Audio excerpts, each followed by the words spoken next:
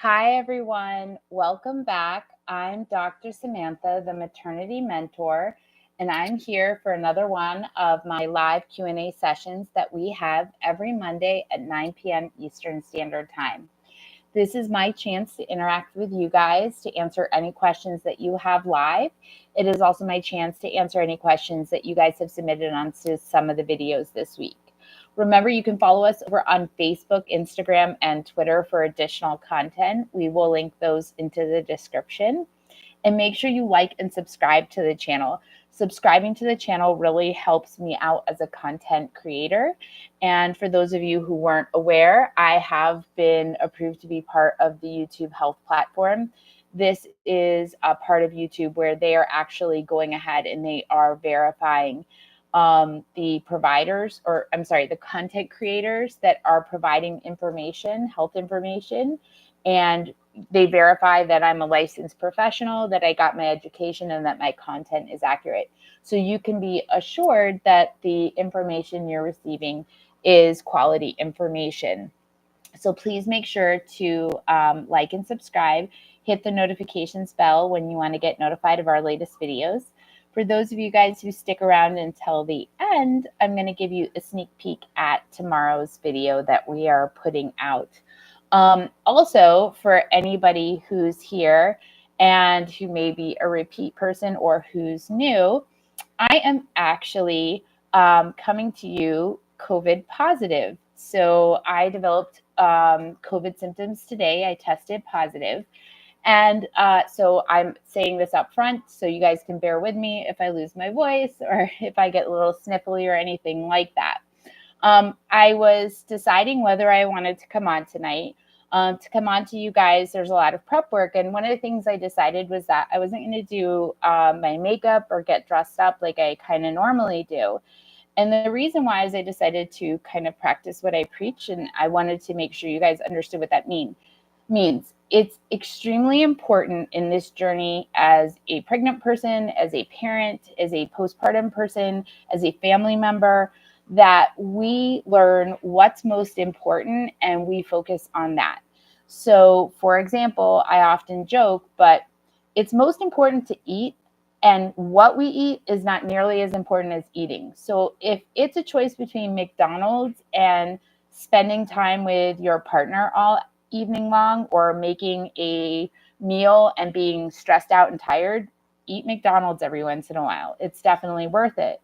So for me tonight, I wanted to be here with you. I didn't want to do my makeup. I didn't want to get really dressed up because I'm not feeling great. So I decided what was important to me was showing up for you guys and not doing all of this. So practice what you preach. Make sure you guys know what's important to you. So I'm going to be here. If I sound a little weird, that's what's going on.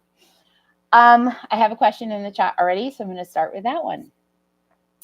So hi, Jade.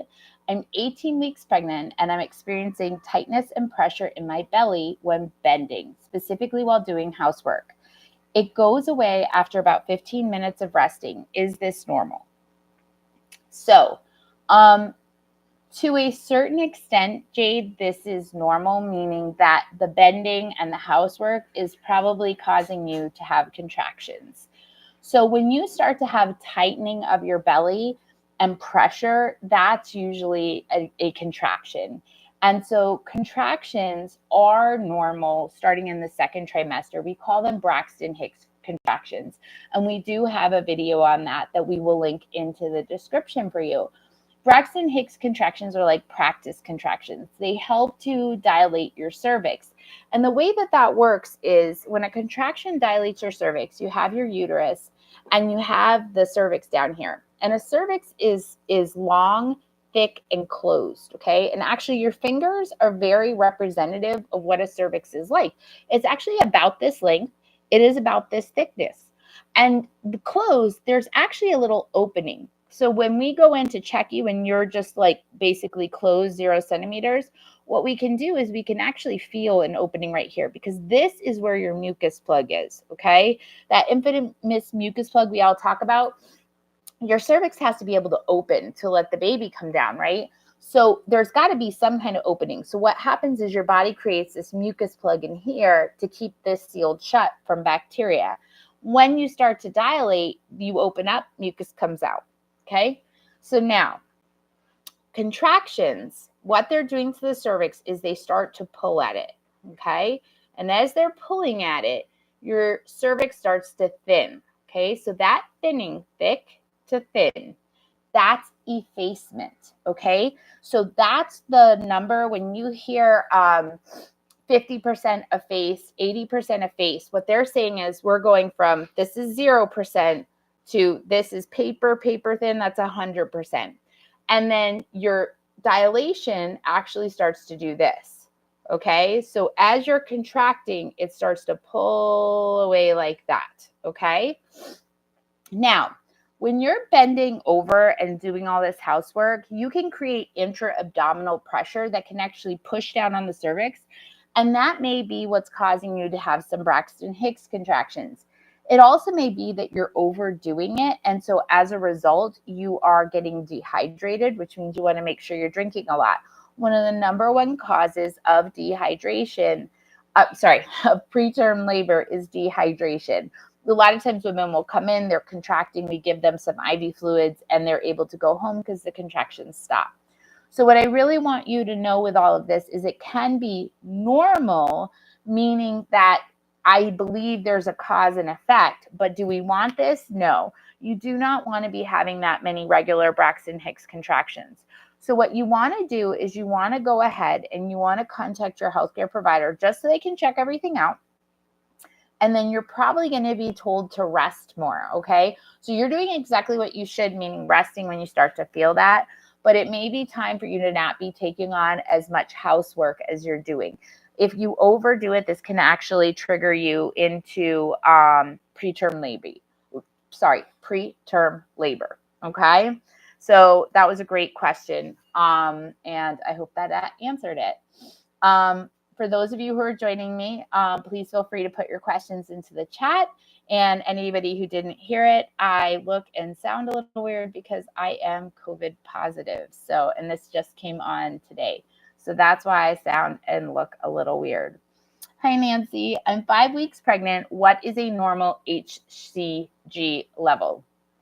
Okay, so that is a complicated question.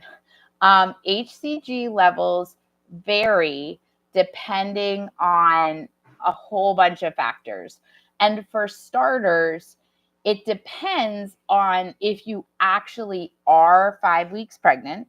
And HCG levels, generally speaking, double or more every 72 hours. So let's start for those of you guys who aren't aware. HCG is human chorionic gonadotropin. So human chorionic gonadotropin is the chemical that we test to determine pregnancy. Now, when you're peeing on a stick, your urine, you're testing for HCG. But in the urine, we don't get an actual number. So what Nancy is referring to is a serum or blood HCG level. When we do those, we can actually get a number. And what we do when we have a suspected miscarriage is we will have you draw your blood, and then 3 days later, we have you come back and draw your blood again. If the levels are rising and rising at the amount that they should, then you can go ahead and assume that the pregnancy is probably doing okay. If the levels are stable or decreasing, then what happens is that probably means a miscarriage is taking place. Now, at 5 weeks pregnant, it can be anywhere from 217 to 8,200 or more. And the reason why is because, for example, if you're pregnant with multiples, your HCG levels will actually be much higher than somebody who's pregnant with a single. Also, it actually depends on what day of week 5 you're in. So 5 plus 1, which is week 5, day 1, is very different, believe it or not, than 5 plus 6, which is week 5, day 6. So those two levels are going to be radically different. The other thing that you guys should be aware of is it's more common than people think that they may be pregnant with twins for a very short period of time, and then one of the twins actually miscarries before you even sometimes find out you're pregnant. which can cause some variable HCG levels. So it's approximately, I would say, like, I would go with like 800 to 1500. But that's really, it's just a very, very ballpark number. Okay. I'm going to go ahead and I'm going to start answering some of the questions that you guys submitted on the videos. But for any of you who are joining me, please feel free to put your questions into the chat, and just like some of our viewers just did. So this week we had a ton of questions on drying up breast milk. And so I'm going to be starting with that because we got a ton of them. So we had a question. Let's see. Which one do I want to start with? Okay.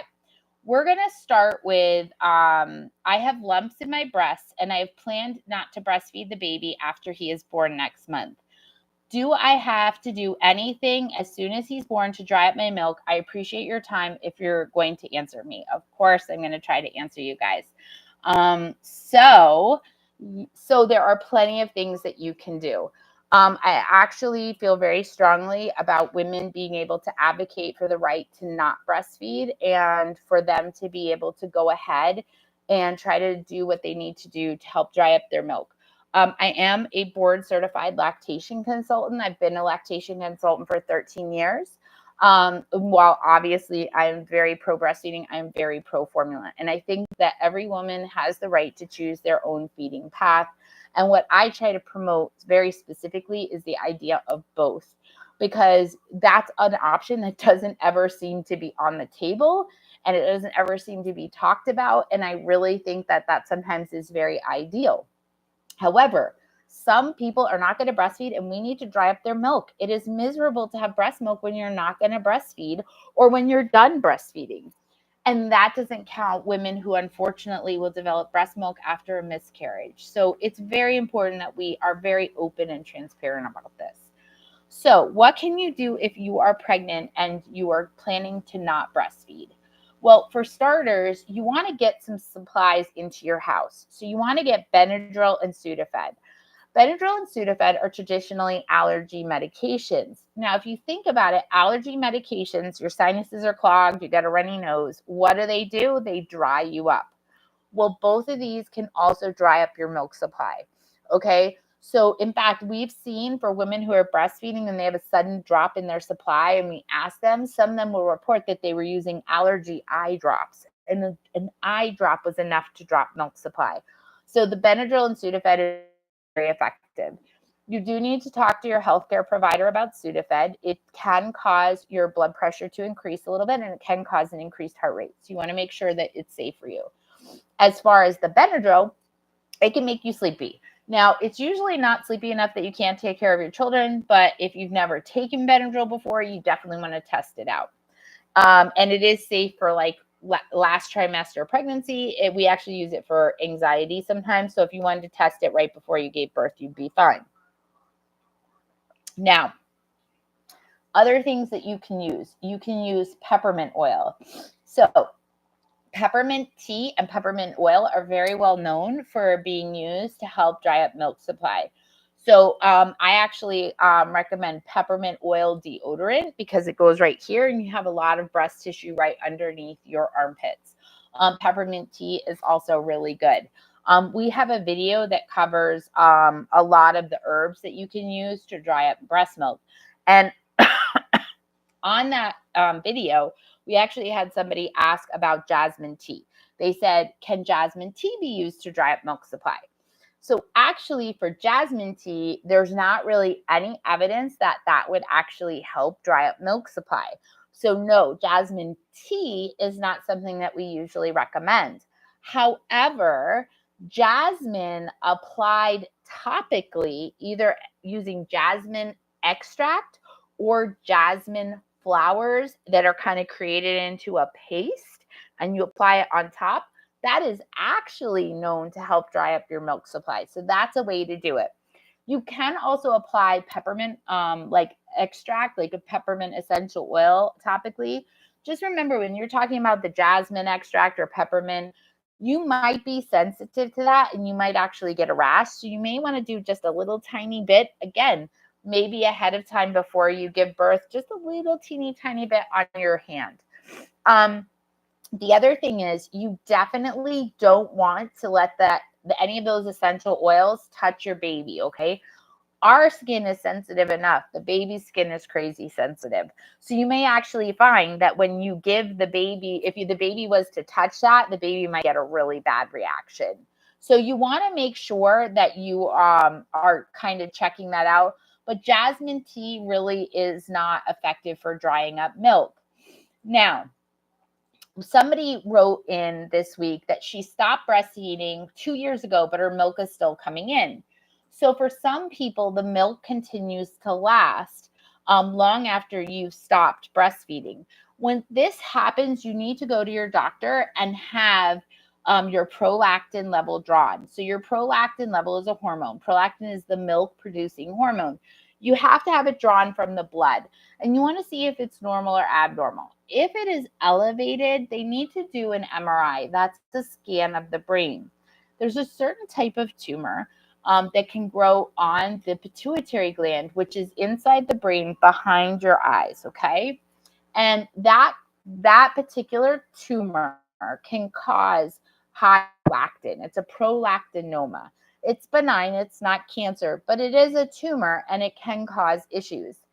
If they find that you have a prolactinoma, they may need to remove it in order to stop this process. If you don't, your doctor may decide to prescribe you some medication and or other things to help dry out your milk. Now, one of the things that is sometimes prescribed is bromocriptine. The other name for it is cabergoline. So please, whatever you do, if you are about to have a baby or you are postpartum, do not use this medication. Let me just repeat this. If you are given cabergoline or bromocriptine and you are freshly postpartum, do not take this medication.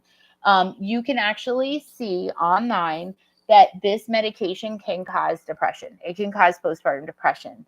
So what happens is it's actually very effective and it works very quickly, but you're only allowed to take it for 10 days. And while you're on it, it actually increases your dopamine. So you actually feel like really good. Like you feel really happy on this medication, but you can only take it for 10 days. And when the 10 days are done, they take it away and then you get this dramatic drop and it can have rebound depressive effects, including causing postpartum depression. So it's very important if you are getting this medication that you do not take it unless you've talked to your healthcare provider extensively about the risks versus benefits of it.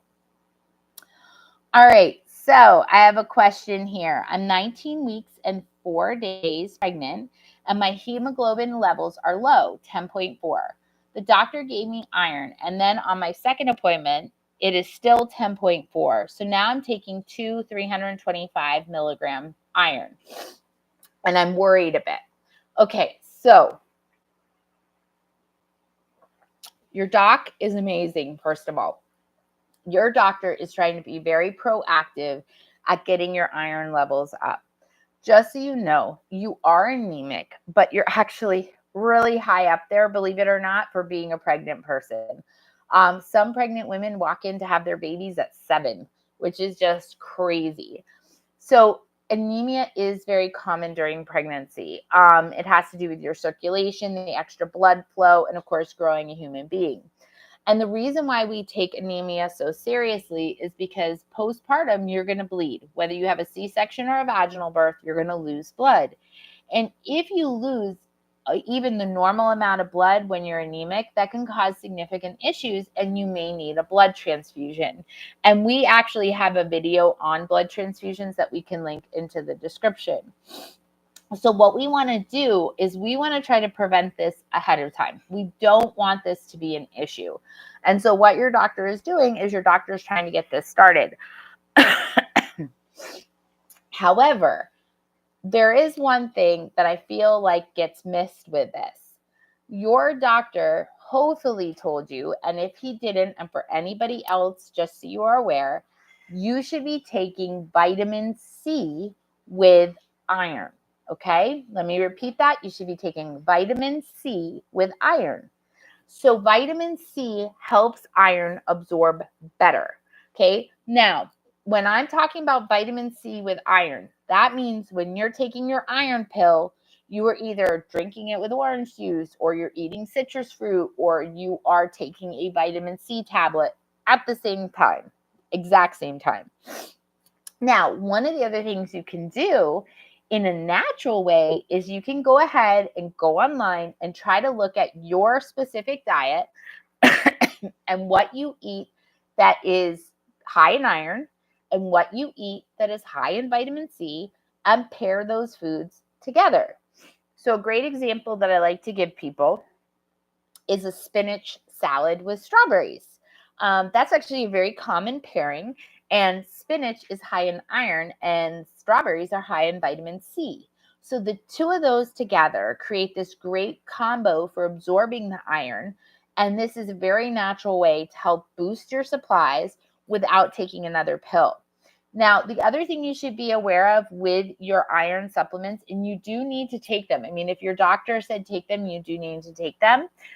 It can cause constipation. So for anybody who's having to take iron supplementation, that's a big risk with it. So you want to make sure you're drinking lots of fluids, make sure you're walking if you're allowed to walk, and you want to make sure you're getting a lot of fiber, and ask about Colace. So Colace is an over-the-counter medication, and it is a stool softener. So let me be very clear. You guys are not allowed to take laxatives when you're pregnant. That is not allowed unless your doctor has specifically prescribed it to you. If your bowels are moving too fast, if you're like having diarrhea all the time, it can actually cause contractions. So you can only use a laxative when it's been prescribed by your provider. But stool softeners are not laxatives. What they do is they draw water into the colon. That's where your poop is. And that helps soften the stool.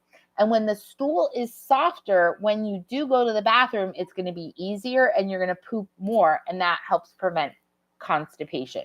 So you definitely want to ask about that.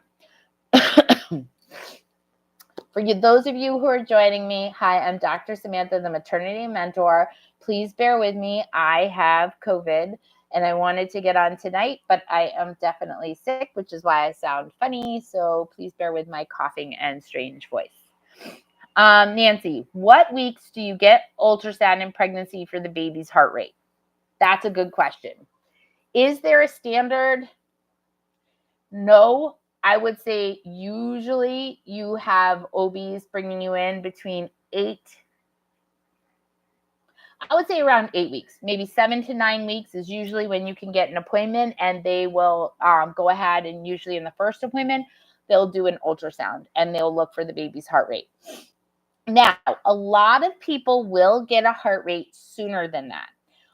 Some people end up going to the emergency room because they're bleeding. It is very common to bleed in the first trimester for a lot of very normal reasons. And so they show up in the emergency room and they get an ultrasound, and they're 5-6 weeks pregnant, and they'll see a heartbeat. You might also have an OBGYN who you call up and you say, hey, I'm pregnant. And they're like, come on in. So you're 5, 6, 7 weeks pregnant, and they're doing an ultrasound and they're checking for a heartbeat. Now, one of the things you guys should be aware, though, is that if you have an early ultrasound, 5, 6, 7 weeks, you may not see a heartbeat, and there may be a heartbeat there. That is actually very common, and it's something that it's important for you guys to understand, because a lot of people get really freaked out and then they're concerned. Ultrasound is great, but it's not perfect. And so I think we put a lot of weight on the ultrasound results, and I'm not saying we shouldn't take it seriously, but it definitely is not perfect technology. And so you are better off to be looking for that heartbeat between 8 and 10 weeks, okay? Because that's when you really should see it. And also, if your dates are off, we could be looking for a heartbeat on a 3-week baby. That's not going to be found, okay? So that was a good question. For those of you who are joining me, please feel free to put your questions into the chat. And please, if you stay until the end, I'm going to give you a sneak peek at tomorrow's video. I'm going to go ahead and answer one of the questions off of the videos. So we had a question. It said, I'm 25 years old and I've had 5 pregnancies. All of them ended in miscarriages. Please, can you advise me? I've been taking progesterone, baby aspirin, and all the pregnancy supplements, but I've still lost them. Please, what can I do? This is very heartbreaking, and I'm so sorry to hear this has been happening. So, unfortunately, miscarriage is very, very common, and we're finding out that it's even more common than we first expected. There's a lot of different reasons why miscarriage can happen. And so, when you're having repeated miscarriages, we often send you to a maternal fetal medicine physician who will prescribe certain things. She mentions progesterone. Progesterone is often used to help because it's a hormone that helps to sustain a pregnancy. There's some data now that shows that progesterone might not be as effective as we first thought, but it is still used, and it's not contraindicated, meaning it's not safe, but it may not be actually very effective. I have a video on baby aspirin. Baby aspirin is not used to prevent miscarriage. This is just not something we use it for anymore. That data was kind of fleshed out.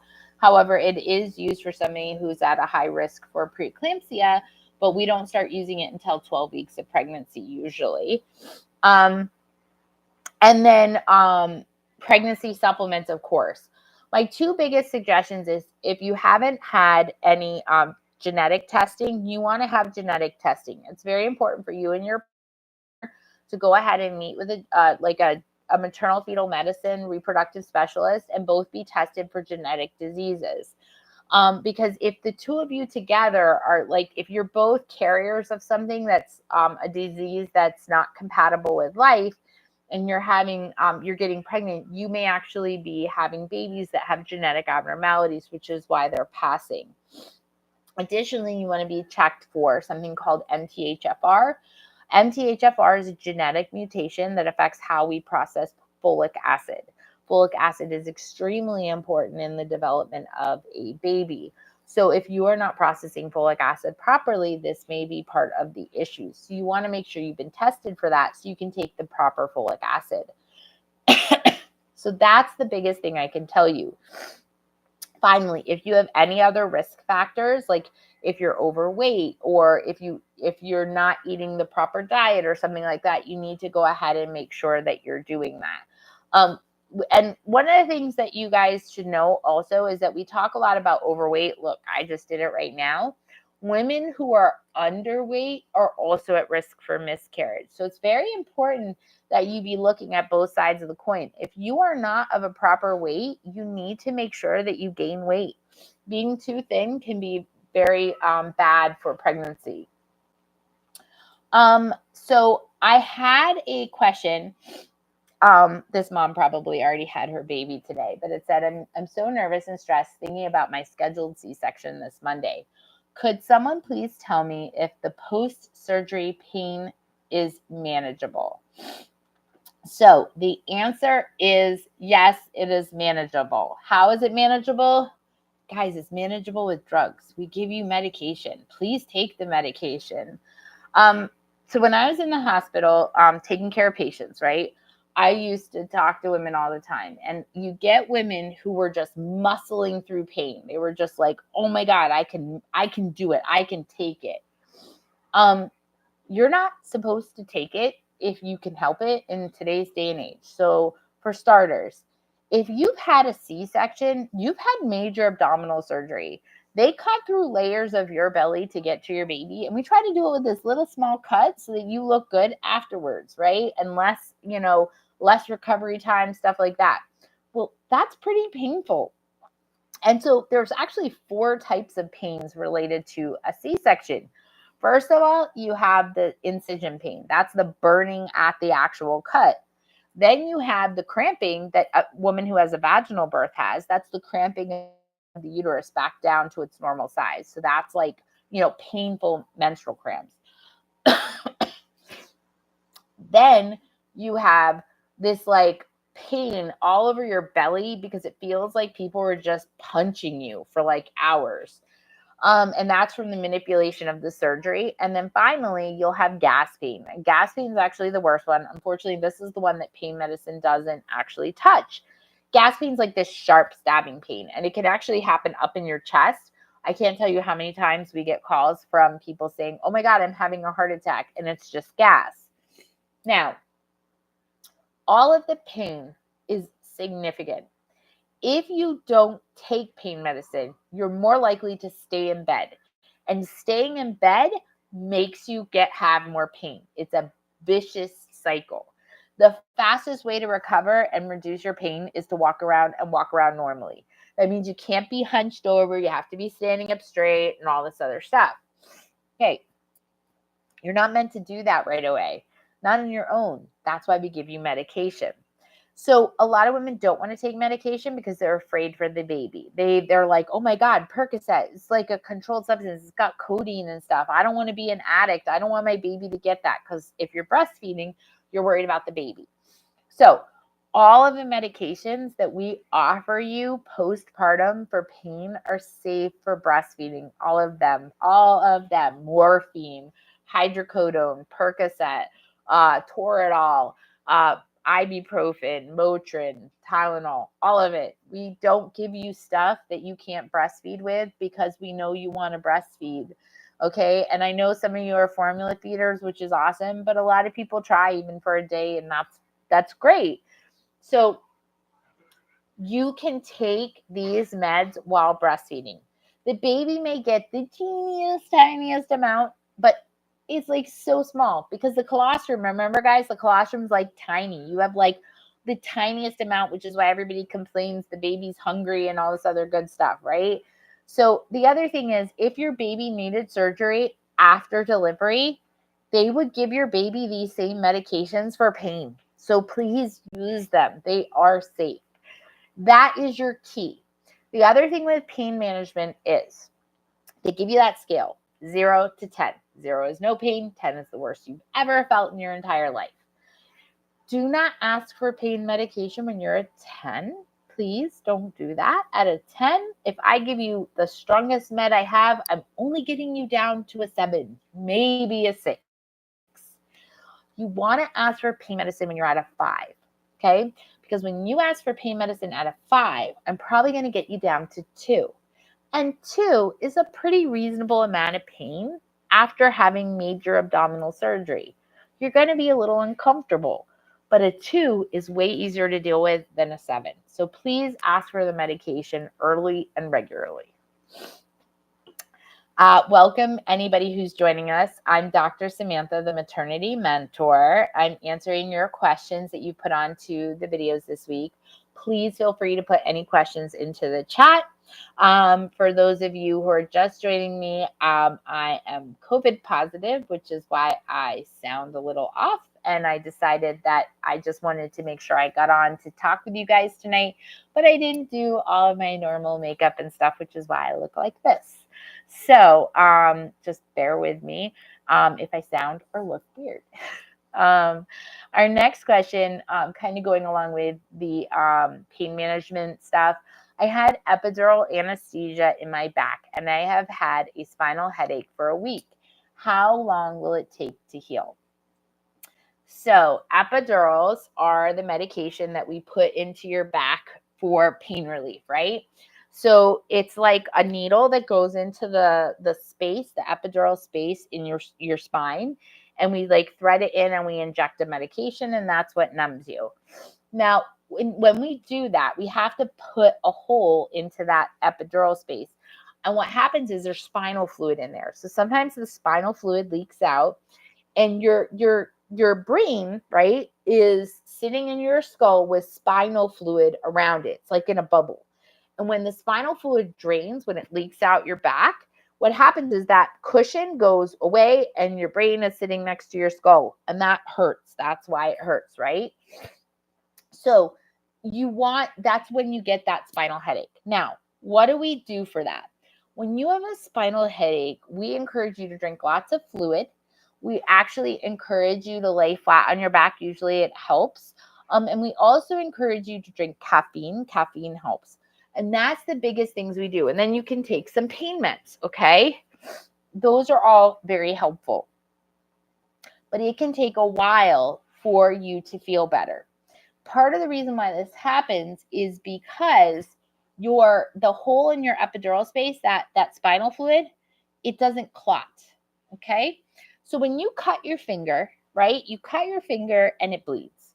And we see a little bit of blood and we press on it or we wipe it away. And very quickly the bleeding stops because your blood clots.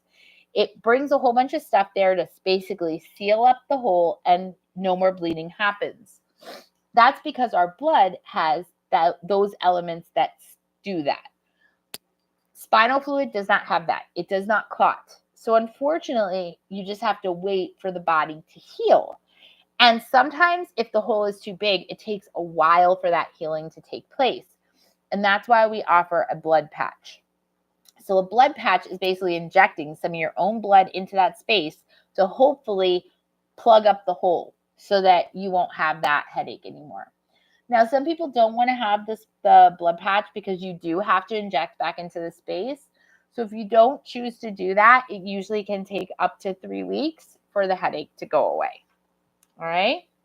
So that's a good question. All right. I had a question on breastfeeding while pregnant. So I'm 2 months pregnant and my nipples are painful when my older child starts breastfeeding. I want to dry up my breast milk. I need help. I experienced a miscarriage at 4 months while I had a 1-year-old baby and I was breastfeeding. Now pregnant again, I'm still breastfeeding my 14-month-old baby. Is it safe to feed her or does it have side effects on the baby in the womb? So you can breastfeed while pregnant. You can do that. Generally speaking, it is considered safe.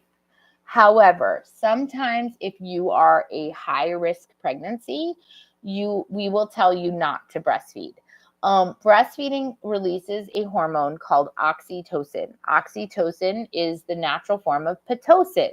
A lot of people know the name Pitocin because Pitocin is used in the induction of labor. And what Pitocin does in labor is it causes contractions. Oxytocin in breastfeeding is the milk ejection hormone, so it sends the milk out, but it also causes contractions.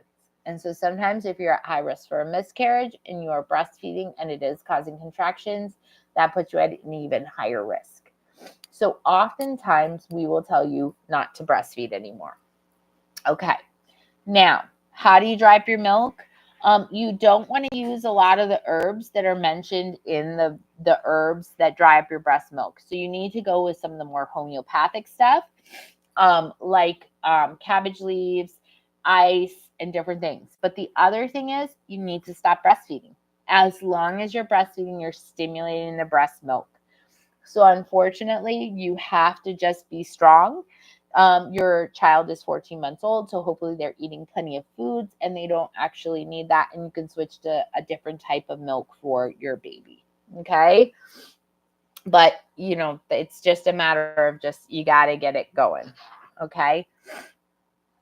Now, I had a question on formula feeding. So my baby is 3 months old and is completely on baby formula. I use Ketamil goat's milk formula, which I order from Europe. However, I am feeling like my baby is growing so fast and gaining weight rapidly. She is only 3 months old and she already looks like an 8 to 12-month-old baby.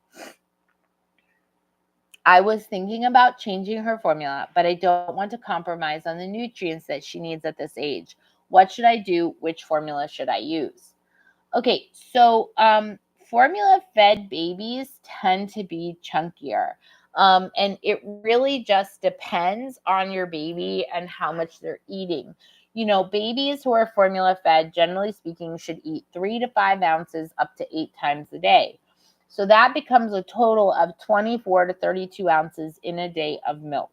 But some babies eat more than that. And if your baby's eating more than that, then that could be the reason why the baby's so chunky. I wouldn't necessarily worry about it unless your pediatrician is telling you that there's a concern.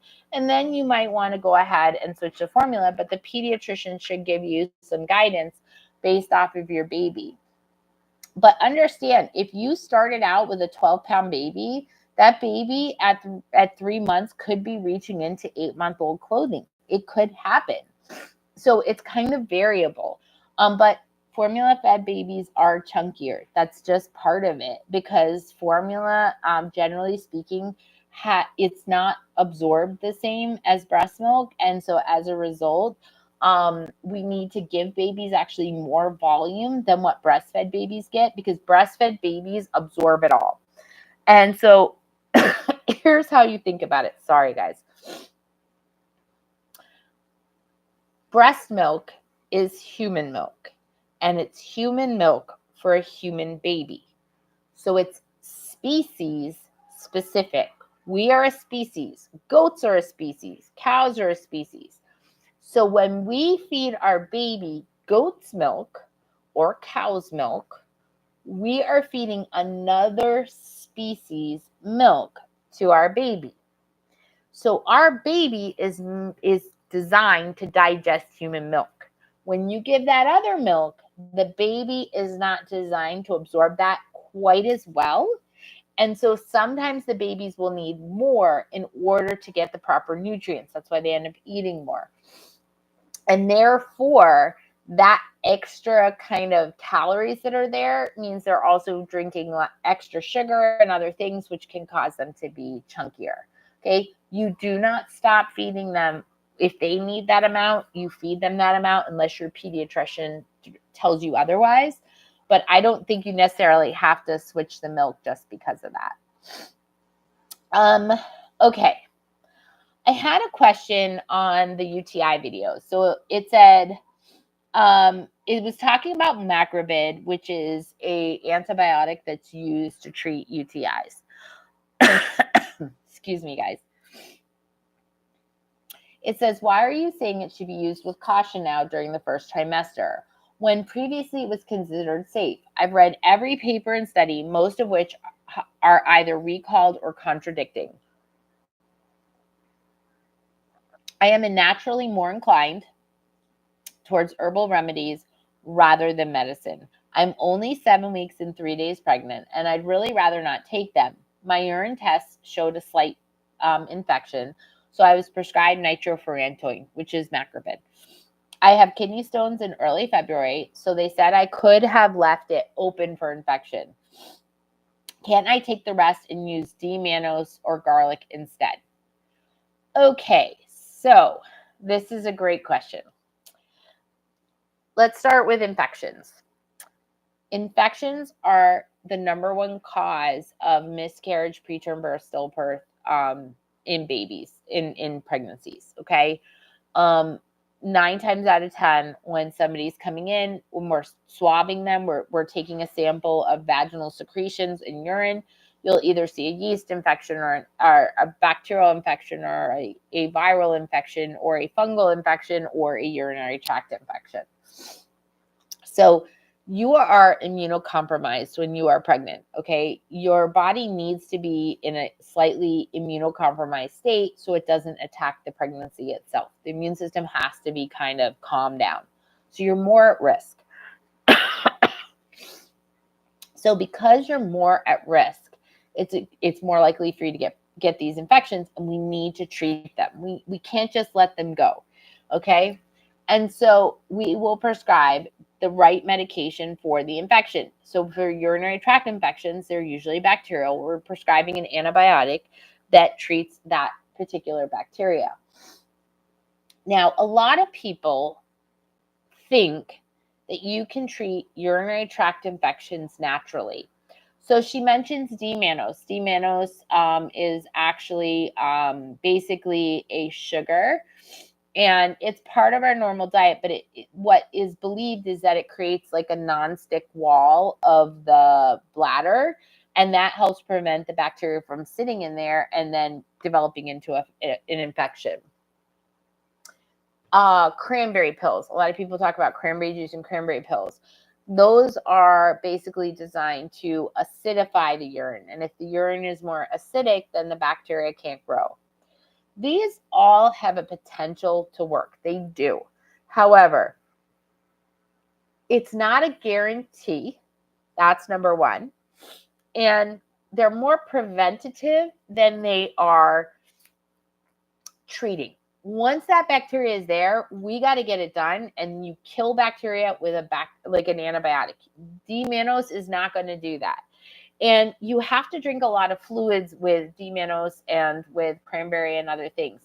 And so those things may not help you in enough time. You can have a miscarriage from a urinary tract infection that goes untreated. Now, why do I say use with caution for macrobid? Because there's no studies that show that it causes birth defects. In fact, in animal studies, they've used doses 10 times, 20 times, 30 times higher, and there hasn't seemed to be any issues. We do worry about macrobid in the third trimester because it can break down babies' red blood cells and puts them at higher risk for jaundice. But usually it's fine in the first trimester. But it's always a risk versus benefits thing. So that's when I say that stuff, it's because you need to have a discussion with your healthcare provider. Now, when it comes to D-mannose also, and even cranberry pills, in our country, supplements are not monitored. They're not regulated by the FDA. So all of the vitamins that you see over the counter, there's nobody testing them for their quality. There's nobody testing the ingredients. There's nobody testing any of it. So you do not actually know for sure what you are taking. And that's very important when you're making decisions about what to put into your body. I am very homeopathic. I love homeopathic stuff. I have patients in my practice who only take vitamins. I promise you, I am not a pill pusher. But you are growing a human being. And the reason why these questions come up is because we're trying to do this the safest way possible.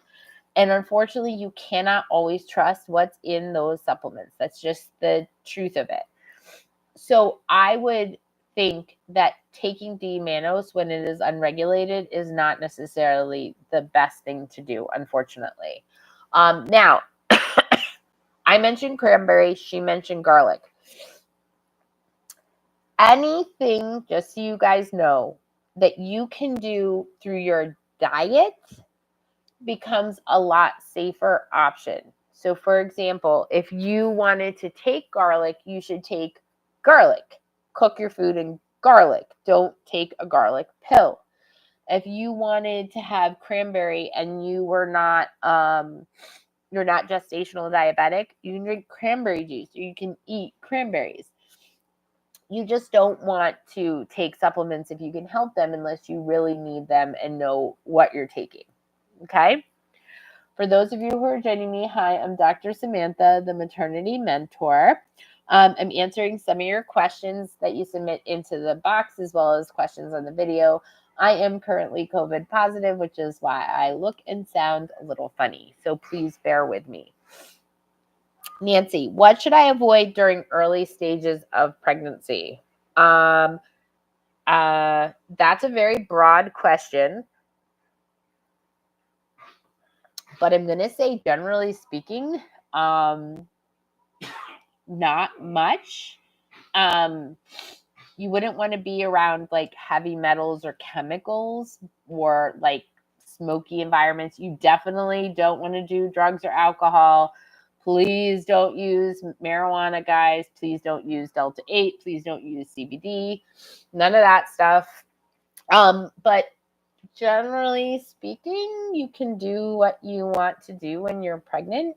When the human species started, we were in caves, taking care of children and butchering animals and gathering firewood and et cetera, et cetera, et cetera. Walking for miles a day. I mean, we've done a lot. So unless they've told you something that you can't do, there's not really any restrictions. We had a question on my RH factor video. It said my blood group is O positive and I had a miscarriage, but I didn't get the RhoGAM injection. Now I'm struggling to get pregnant. What should I do?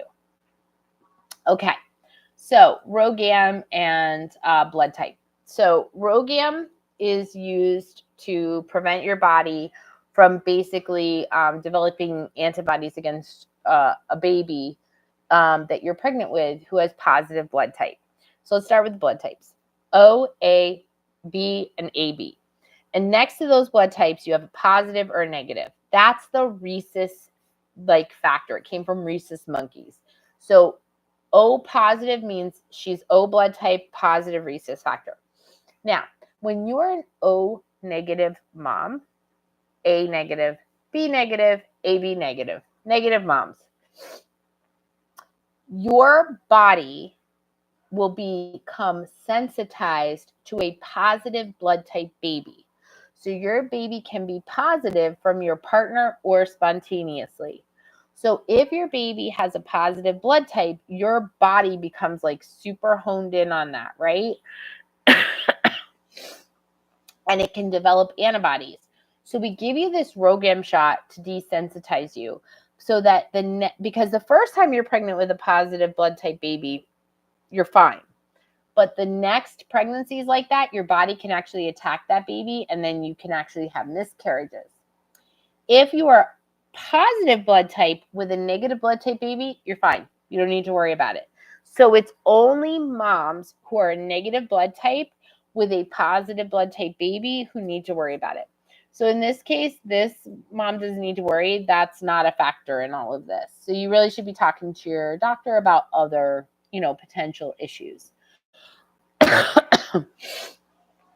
On my water for formula video, I had a question. It said, can we use baby water that's already in the store? Also, do we have to boil it? Absolutely, you can use baby water that's in the store. A lot of people do it. No, you don't have to boil it unless it says that you need to boil it. Some people don't like it if it's in a plastic container. I will tell you that I think it is better if you have a safe water source at home to boil water instead of using water that's in a store that's been in a plastic container, because boiling water that's been in a plastic container does not get out the chemicals from the plastic that might have leached into the water. I'm almost finishing up here. One of my viewers, sorry guys, said, is it normal for my baby's onesies to be big on her? So the answer is possibly, okay? So there's a couple things to this question. Let's start with stupid shopping 101. As a woman, when I go to the store, I can say that I'm a size 14, 16, right?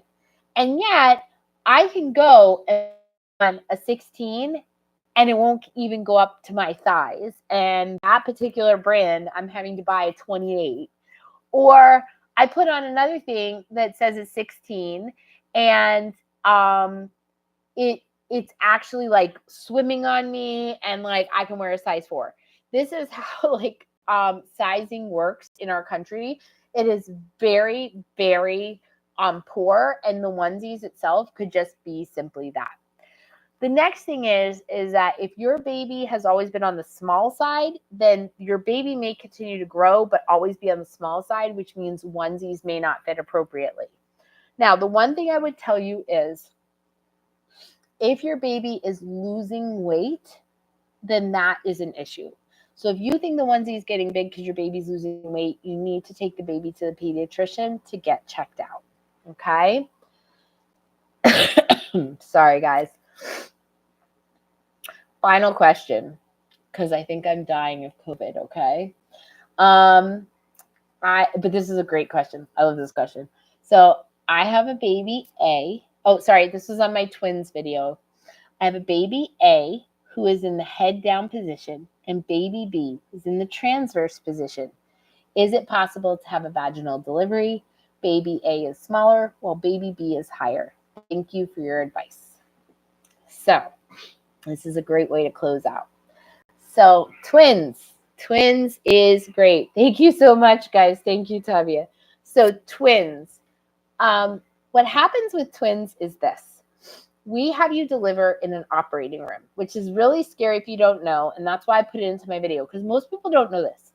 The reason we have you deliver in an operating room is some people who have twins, will actually have a vaginal birth and a C-section. mind-blowing, right? So sometimes, no matter what we do, we cannot get the second baby to come out vaginally, and this would be a great example of a potential why. So you have, you got your uterus, you got your cervix, and your head down baby is here. So that's what we want babies to be, head down. So when the cervix dilates, baby comes down. But the second twin is transverse. That means sideways. So she has one baby that's head down, right? And another baby that's lying sideways. The reason why a second baby can be transverse is simply because of the room that's available to them, right? So what can happen is that the first baby delivers, and as that baby delivers, this baby, let's pretend this is the head, can go like this. So this baby becomes head down, and then we have a vaginal birth. Sometimes, no matter what happens, we can't get this baby to turn, and then you need a C-section. So is it possible? Yes. No way to know. That's why we have you deliver in an operating room. And with that, I would like to thank you guys all so much for dealing with me and my COVID-19 voice. For those of you who stuck around to the end, let me tell you, tomorrow's video that we are putting out is on blurry vision during pregnancy. So blurry vision during pregnancy is extremely common, and there are many, many reasons why you may experience it. So please check that video out tomorrow on blurry vision during pregnancy. I am Dr. Samantha, the maternity mentor. I am here every Monday at 9 p.m. Eastern Standard Time to answer your questions live, as well as questions you put onto the chat, even when I have COVID-19, apparently.